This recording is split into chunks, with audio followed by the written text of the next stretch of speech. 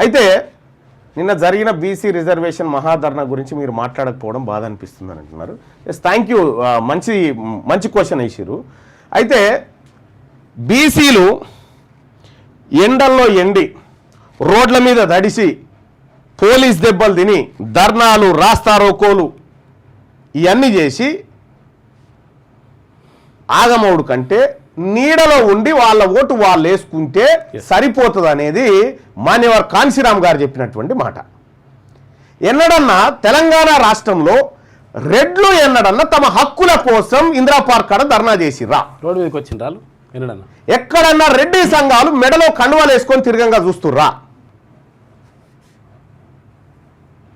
అంటే రాజకీయ ప్రయోజనాలు ఆశిస్తే ఆ కార్యక్రమాల్లో పాల్గొనవచ్చు, ఏ ఇబ్బంది లేదు. కానీ మాకు కావాల్సింది బీసీల ప్రయోజనాలు. మాకు తెలుసు ఏం చేయాలనో బరాబర్ చేసి చూపెడతాం.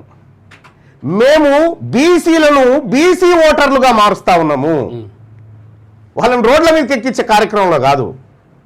సరే, మొన్న బంద్ అంటే భావజాల వ్యాప్తి కోసం అది అవసరమని మద్దతు చేసినాం, చర్చ జరగడానికి.